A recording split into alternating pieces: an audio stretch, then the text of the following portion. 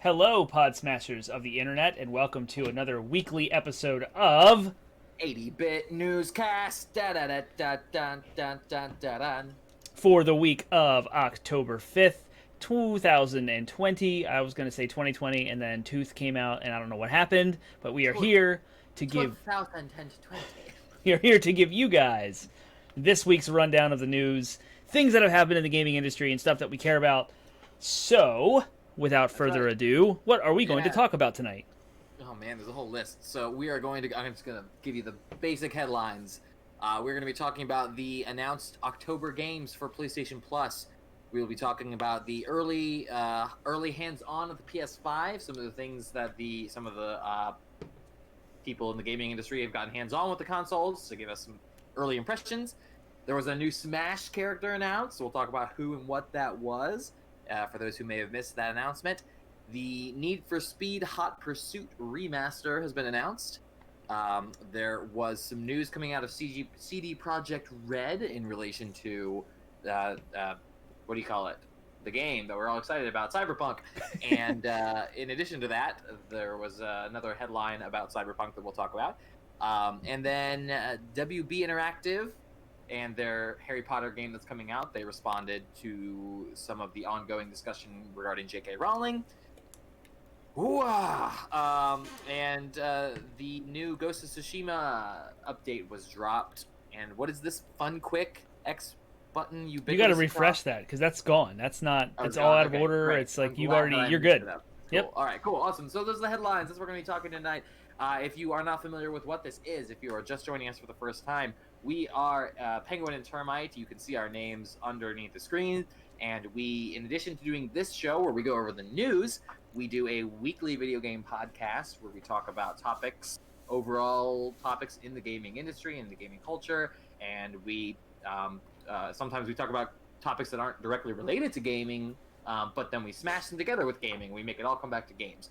And in addition to that show, we do a Wednesday weekly stream of a game. One of us or both of us will be streaming games. And for the month of October, we have all kinds of spooky, scary games planned for y'all to enjoy us streaming. So check me out Wednesday. I will be playing Bloodborne for the first time and enjoying the October-y vibes that game is all about. So without further ado, I think we can jump right into our first To news story. Yep. summarize and point our audience to the right spots for all of those things you've just mentioned, please go to 80bitpodsmash.com. That's our landing website where you'll find links to all of our podcast platforms, RSS feeds, everywhere you need to hear our podcast show. That show goes live every midnight on Monday.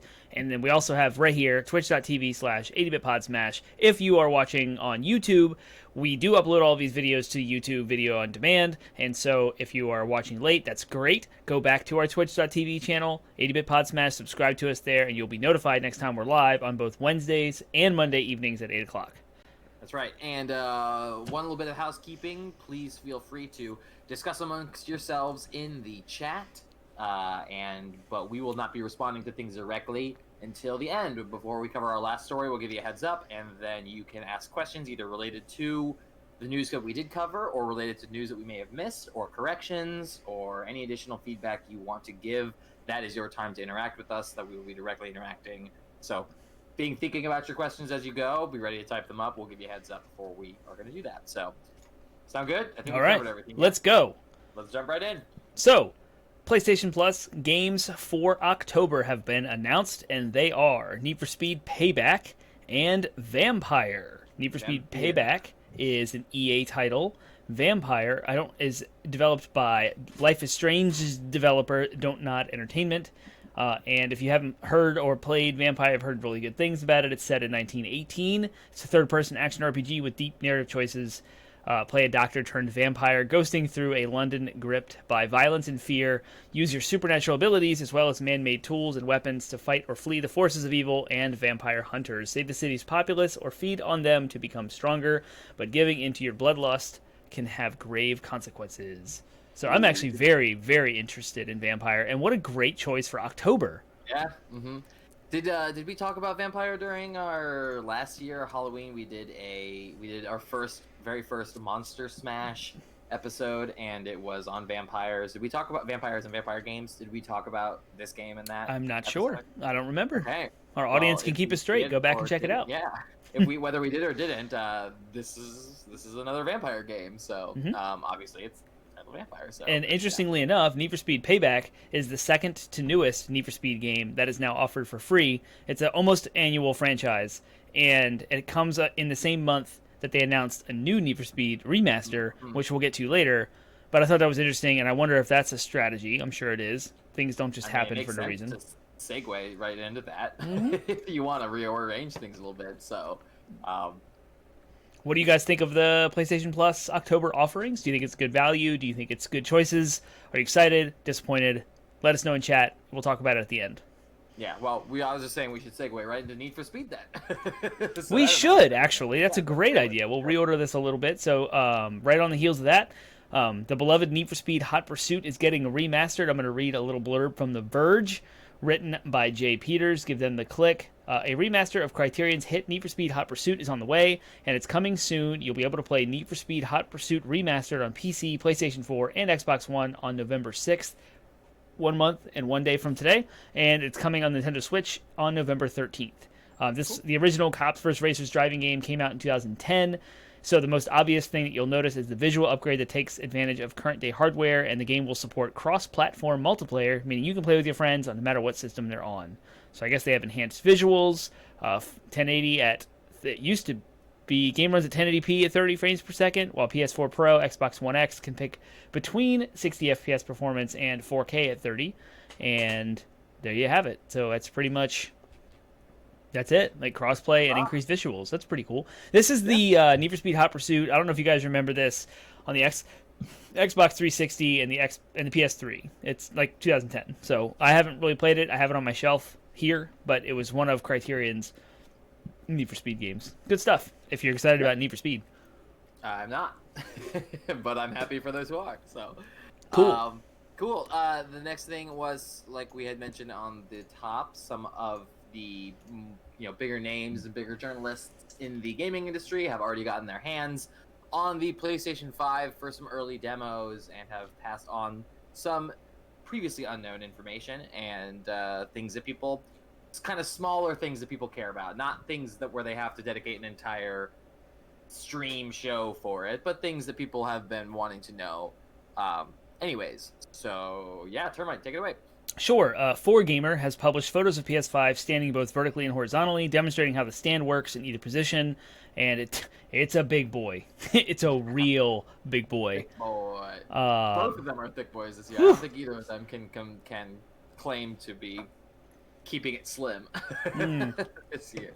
Another thing of note was that they were not able to hear the fan inside the console or feel how much heat or feel any heat exhausting from it during its limited time with the hardware. So that's a major plus, since some people's PS4s sound like jet engines taking off. Yeah. I've experienced other people's PS4s doing that. Mine have not, but... I mean, I can hear my fans if I'm listening for them, but yeah. I mean, I work around, big servers and data storage arrays where when you plug those things in or power them up, it genuinely sounds like and just you can hear it from a mile away, it feels like.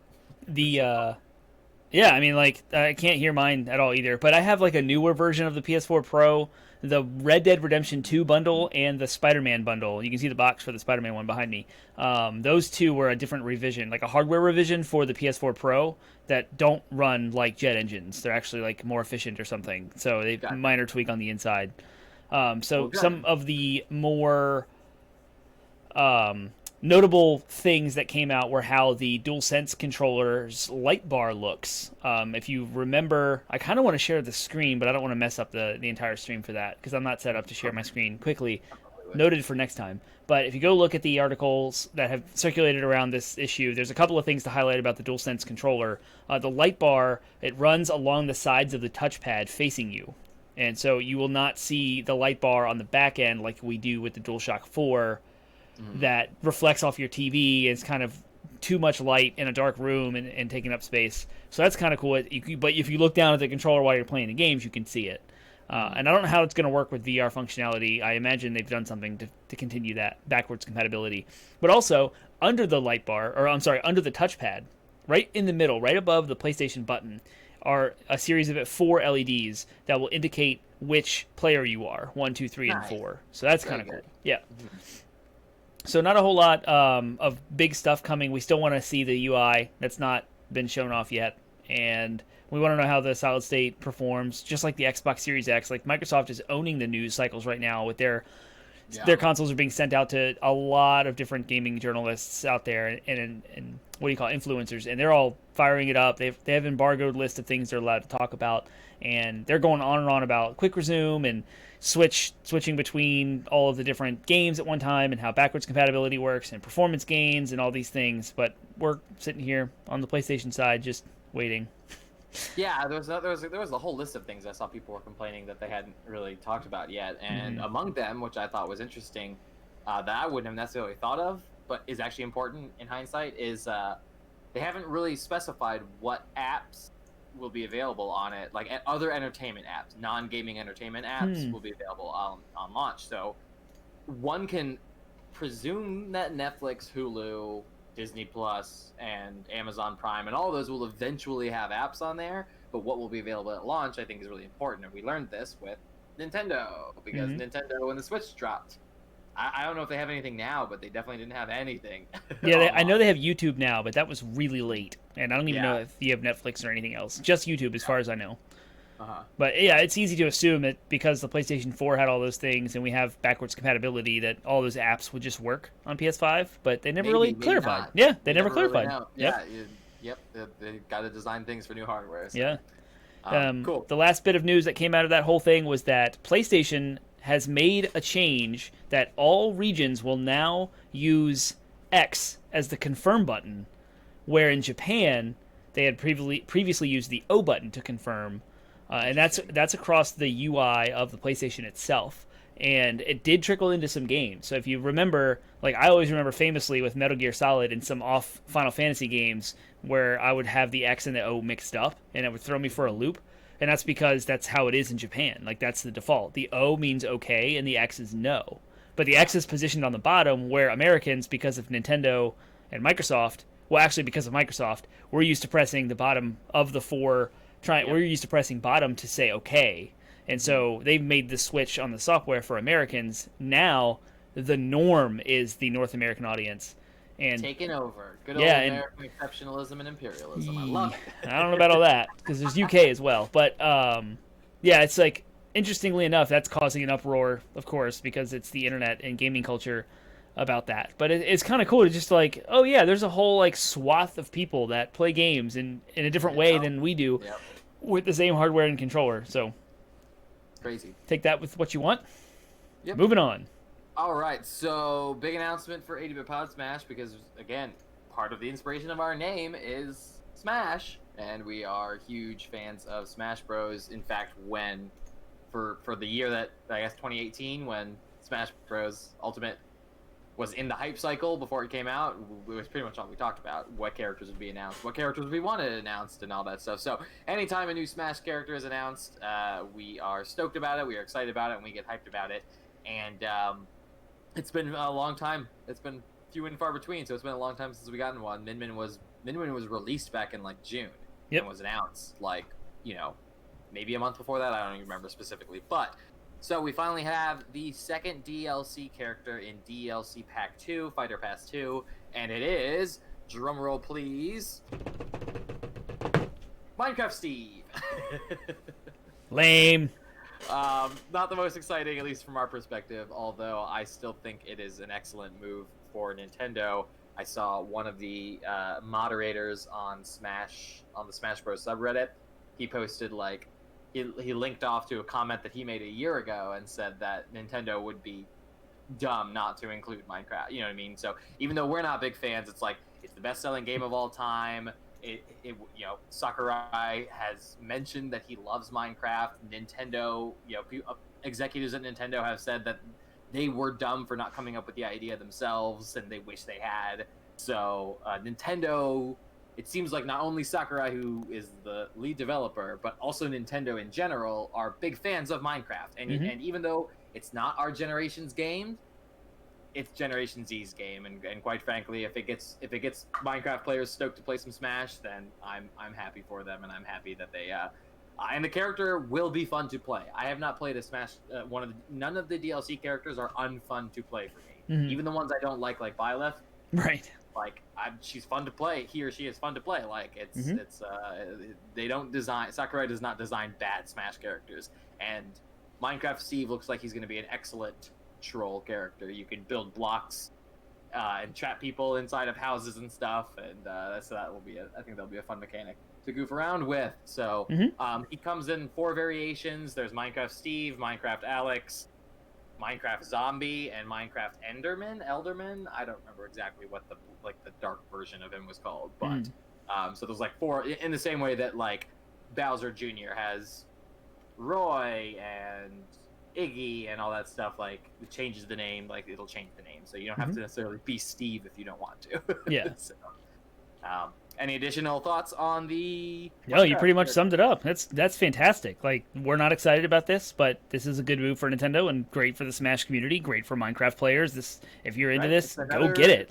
It's a great. It's another Microsoft rep. You know what I mean? So now we're standing down two Microsoft reps in the form of Banjo and Minecraft Steve. So that's It kind of makes me hopeful for a possible Sony rep, while also, there's only limited slots left, but there are still four characters left. So is it 4? I thought it was 3. That's awesome. Remember they said they were going to do a 6th one. So awesome. I don't remember that, but I'm glad you do.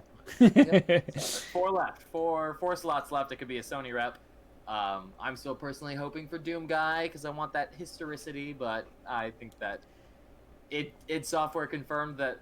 Or deconfirmed that softly by saying that they had not been.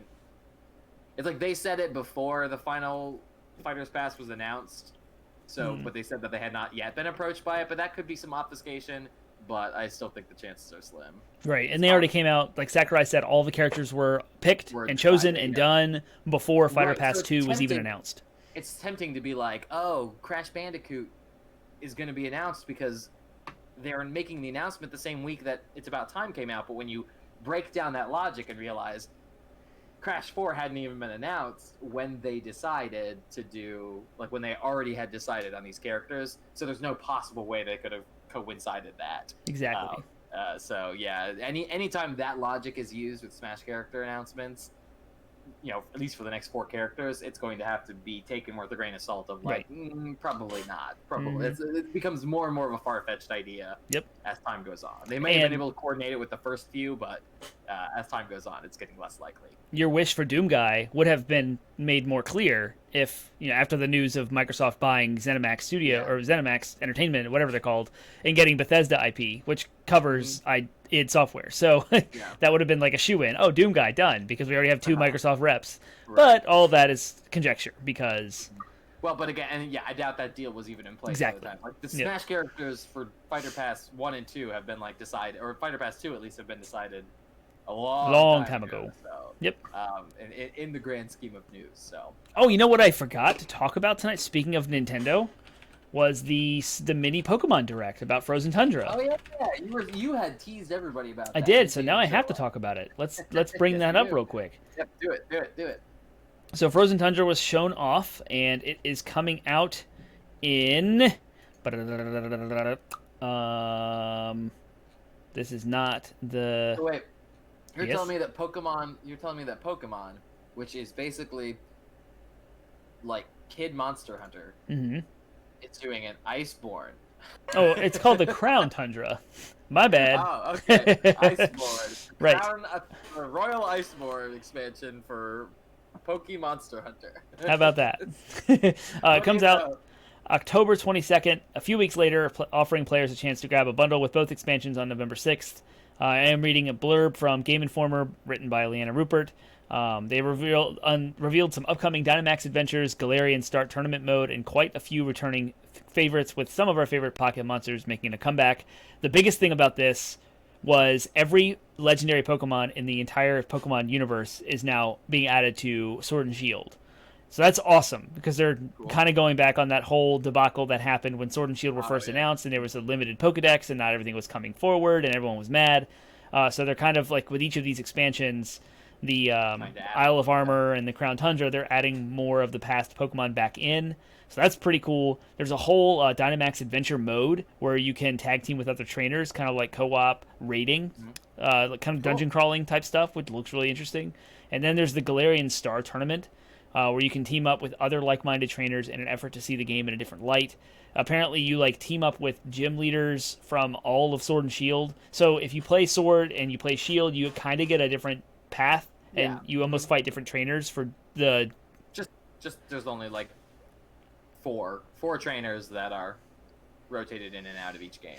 Yep, and now this new mode, this Galarian Star Tournament, allows you to play with all of them, and you can even align yourself with some and do the 2v2s and kind of stuff with against all of the gym leaders. So I don't know exactly what the details of that would look like, if it's like a tournament or if it's part of a story or what's going to happen, but I'm more excited about this expansion than I was Isle of Armor because of the snow area and winter and who knows what other Pokemon that they haven't shown off yet are being brought back from the past. So I'm excited about that too. Cool. Awesome. Pokemon! Pokemon! All right, so let's talk next about CD Projekt Red. So there's two pieces of news here. I'll knock out the easy one first. So Cyberpunk 2077 has gone gold, which means no further changes to the content. How does that work? I forget how gold works. Gold works is what is printed on the disc. The burn of the disc is done, and that's sent off for certification. It's sent off. That means no other content can be made or added to the game as far as like content. There can be like, but there are bug fixes and stuff like that. Right. So anything on a day one patch is now what's happening. So whatever's on the disc is now printed and it's gone gold. Yep. Cool. And so that's a huge milestone for them, and exciting. Just means it's coming closer. In addition to that, CD Projekt Red has so they had to release a statement because of a leaked email from one of their team members. Leaked an email, an internal memo, and has brought back up this discussion of crunch. So once again, here we are on the cusp of a major video game release, and the conversation of crunch is going to come back up. This is going to continue to come back up for the next decade, as long as it takes until change happens. But change is slow, so of course this is going to keep coming up. But to rewind back to, I think it was February when the game was first delayed. Originally it was supposed to come out in April, and in February they announced that it was being delayed till September. And when they announced that it was going to be delayed, they said that it was going to be delayed because they wanted to prevent their developers from suffering crunch. They wanted to make sure their developers could, work, didn't have to suffer under crunch, could live their lives, with their families and all this stuff. And CD Projekt Red got universal acclaim for this across the gaming industry. Pretty much universal acclaim, other than the delay. But most people were like, I would rather wait in order for these developers to be happy. Again, the game was then later in the spring. The game was delayed again to November from September. And again, the same reasoning was brought forth. It's taking longer than we expected, and we genuinely want to make sure that our developers are not suffering under crunch. Awesome, great. Continue the universal acclaim. So it came out, broke this week, that an internal memo was sent out to the developers saying that they were, after all, going to be expected to work mandatory crunch hours in the month, I guess, at this point, month and a half leading up to the release of Cyberpunk at the end of November. And that email leaked, and so Cyberpunk had to make an official statement about it to their, or not Cyberpunk, CD Projekt Red had to make an official statement about it. So the official statement, do you have it pulled up? Did you want to read it? I do. In the email, CD Projekt Red studio head Adam Badowski wrote that he was optimistic about the state of Cyberpunk 2077, which stars Keanu Reeves, and that they had just sent the game to be certified for release on Sony Corp's PlayStation and Microsoft's Xbox. Now, he wrote, it is time to fix the game's many lingering bugs and glitches. Quote, starting today, the entire development studio is in overdrive, Badowski wrote, elaborating that this meant your typical amount of work in one day of a weekend. The extra work would be paid as required by Polish labor laws, and many other video game studios don't pay for overtime. So this is the actual quote. I take it upon myself to receive the full backlash for this decision. I know this is in direct opposition to what we've said about crunch. It's also in direct opposition to what I personally grew to believe a while back, that crunch should never be the answer. But we've extended all other possible means of navigating the situation. Yep, so it's a mixed bag here, right? And there was a lot of drama that kind of broke on the internet regarding it. The initial story was broken by Jason Schreier and That's who I read this article from. Bloomberg. Hmm. That's sorry, what? That was the. I was reading from Bloomberg's article Okay, from yeah. Jason So, Schreier. and that will link off too. So go check out, like you said, give them the click. So it's a mixed bag. And there were other people in the gaming industry who criticized Jason for making much ado about nothing. But you know, I don't know exactly. I know you and I had a discussion about it. On the one hand, I'm like, thank God for Polish labor laws. Right. These guys are getting paid. If this were happening in America, it would potentially be a different story, a much not Rockstar. happier story. Right, exactly. But it is kind of a matter of like, I think the way I put it with you is like, CD Projekt Red does deserve some backlash on this because they're going back on their word, right?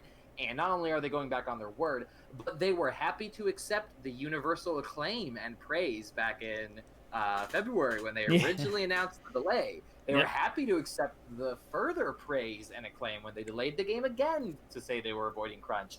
They cannot accept that praise and not accept the backlash when they go back on their word and in a big public way. Obviously, Adam, I'm blanking on his last name, but the lead developer, he admitted that he is, he's going to take full responsibility for it. So again, another kind of like pro plus column, another kind of highlight of that. But at the same time, it is one of those things where it's like, change does come slowly. I do think it's still important to highlight the story and discuss it as a serious thing. So I disagree with Jason Schreier's critics saying that he should have just kept his mouth shut about it. Right. Like I still think it's important to have been brought forward and to discuss because it is an ongoing conversation but the reality too is, we can accept the reality of like change comes slowly. They've already delayed the game twice. Like they've done their best they can, I think, and 1 month of crunch is not nearly as bad as years and years of sustained crunch that some of these developers go through. So, and it seems like CD Projekt Red is handling this the best way they can. Everyone's getting paid. No one's being forced. So this is like voluntary. They're all getting paid. And then on a post on Twitter on Wednesday, Badowski said CD Projekt Red employees can continue to count on bonus payouts amounting to 10% of the company's annual profit. This could prove to be a lucrative sum, as analysts estimate the Warsaw-based company's net income will rise 11-fold to $2 billion. Whew! It'll raise by $520 million in 2020. So CD Projekt Red had... Huh? Sony gonna buy them? Yeah, right? Microsoft gonna buy them? Seems to be the arms race right now. Right?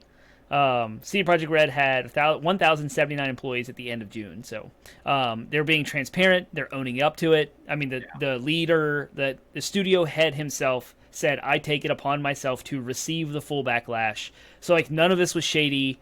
It had come out over an email. Like, of course, a company is not going to broadcast they're doing something bad. But when approached, when revealed and caught, so to speak, when that light is shining on them, this is the best way to respond. You acknowledge the problem, you own it, and you explain, like, here's what happened, and you communicate transparency. And I think the workers, the employees, despite the weight of crunch on their lives, they are being compensated for it, which is... Yeah, of course. Yep, and we know exactly how, which is awesome. Cool. Yep. Cool. All right, we are going to wrap up here soon, so go ahead and if you have questions, if you're watching and you want to either give feedback, questions about the stories we've talked about, if you want us to discuss something that we haven't talked about, there's only so much news and only so much time on this episode, on this podcast. So, so we will be happy to discuss anything you want. So go ahead and prepare those now, for questions, be ready to type them up. You can go ahead probably and even drop them and we'll be able to see them. So let's move on to our last two stories. The really quick one is Ghost of Tsushima had previously announced back at the end of the summer that they were going to be doing a multiplayer mode called Ghost of Tsushima Legends. Yeah. And that is going to drop in a content update along with a New Game Plus mode for Ghost of Tsushima. So it's going to be a really big content update refresh for that game. And that's coming out October 16th. And the New Game Plus mode is not like other ones. The other ones are kind of shallow. This will have a different trophy list, so there's more trophies being added. You get a special horse with a special saddle and mane, which look awesome. There's an entire new skill currency. So, like, when you develop Jin's character attributes, you spend, like, whatever points you get throughout the game leveling up, so to speak. Now there's a whole separate set of those. You can develop your character in new ways and create Yep. new combinations of his current existing skills. You can upgrade your armor, your weapons one step farther, and there's a new harder difficulty for using all of this cool stuff. Generally, New Game Plus means you just start a new file with the With all your existing stuff. with all Yep. your stuff. This is Yep. now you're doing that. That's true, and you And get all you're this extra advancing. cool stuff. Yep. Like I kind of I immediately You gonna checked hit it up? PSN profiles today to see if the trophy list had dropped for it yet because I want to see what the trophies consist of. But if it's not like played in detail through the entire game, I might jump through and just blast through the story Knock out again the just for trophies, fun. Yeah. Yep. Yeah, that'd That'd be be a good. lot of fun. Yep. And I want to play Ghost of Tsushima Legend. The multiplayer sounds like a blast. We'll have to hit up some of those co-op missions. Would be a lot of fun. Oh man, And they kind of they revealed kind of what the 4 classes were. So one is like kind of a tanky, self-sustained. One is a ranger from as we expected from the side. One is sort of a like teleport in and assassinate. One hit kill, damage for the shadows, blast cannon. And then one is like a kind of like it looks like a healer, but I imagine they'll probably also use because it said they have an ability that will heal everybody, but they can also do summon a wolf or something, some spirit wolf or something like that, so that you can pet. Yay! So that's gonna be exciting. And cool. That's not all. There's new vanity items being added. There's a new type of flower called ghost flowers. The armor sets look amazing. Go check it out on the PlayStation blog. There's 4 screenshots. I want all 4 of those armor combinations. And in addition to that, there's new charms that are intended to create new combat experiences. With all of that, you can now create loadouts. So you can switch between different Awesome. entire builds. So This is like the best New Game Plus I've seen in a long This is a time. very robust content drop. Yeah. So, well, cool. Last story then, and then go ahead and put up your questions, and we'll respond to them. The WB Interactive president responds to the ongoing debate over supporting J.K. Rowling. For those who don't know, J.K. Rowling is an outspoken TERF, TERF, which stands for trans exclusionary radical feminist. They are a particular branch of feminism that believes that trans women who are men who are transitioning into women, they believe that trans women are like trying to eat a piece of their pie. Basically, they're like, wow, by trying to be included in feminism and the overall overarching branch of feminism, that they are horning in on their turf, basically, which is ironic because they're called TERFs. Mm-hmm. So that is a pretty controversial point of view in regards to the mainstream feminism, and so there's a kind of larger backlash against J.K. Rowling, the creator of Harry Potter, and so that has kind of trickled down into criticism of the new game that was announced. So that is what this particular story is. Right, so Hogwarts Legacy was shown off during the PlayStation Showcase a couple of weeks ago, and then everyone on the internet was like excited about it, and then all of the backlash about like, hey, you can't come out and be an ally, Black Lives Matter, for transphobic people, or I'm sorry, for transgender people and for LGBTQ, and like support these causes and donate to their funds and say all this stuff on your Twitter wall, and then be excited about this game because it points back to somebody who is against all those things. Yeah.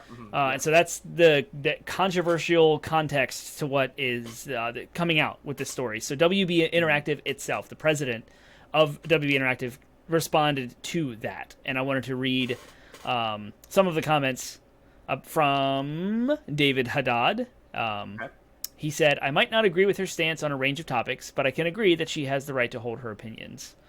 And while J.K. Rowling is the creator of Harry Potter, and we are bringing that to life with the power of Portkey in many places, she is a private citizen also, and that means she's entitled to express her personal opinion on social media.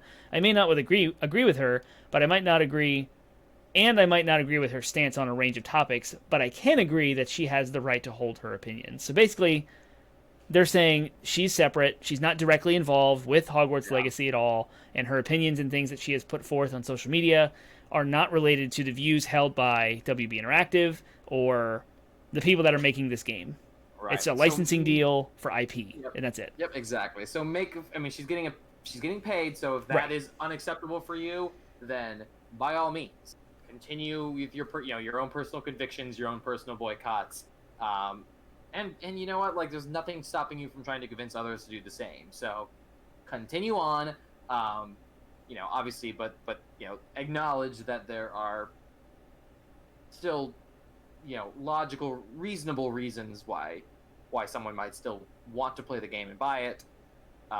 Acknowledging that, J.K. Rowling is not directly involved in it, so her views are not going to be represented in the game more than likely. But if it's unacceptable for you that she's still getting a paycheck from it, then obviously there is some middle ground there. So, yes, proceed with your own thoughts on that. Anyways, that is all the time we have. But we'll wait. There's no questions in the chat right now, but we'll wait a second. I only see one viewer anyways. So, right. It might be one of us. So, with no questions, then that is it. Hopefully you enjoyed this if you watched it. If you are watching it live, or if you watch it later on YouTube, hopefully it has been informative. And as always, check out our regular podcast at 80bitpodsmash.com. There are links to iTunes, Google Play, Stitcher, Spotify, pretty much anywhere where you can listen to podcasts. We're there. And so you can check that out and see whatever topic we're talking about this week. In-game lore is coming. What did you say? In-game lore launches midnight. In-game lore a week from today. Next week, a week from today. And today you can listen to the one that dropped today, which was Everything Resident Evil. So cool. Then we will. That's all we have for today. So we'll see you next week. We'll see you Wednesday night, 8 p.m. Penguin here is going to be streaming Bloodborne. Every Wednesday in October, we're going to be streaming some Halloween games. We're going to have a blast with you guys. We can't wait. So we'll see you on Wednesday.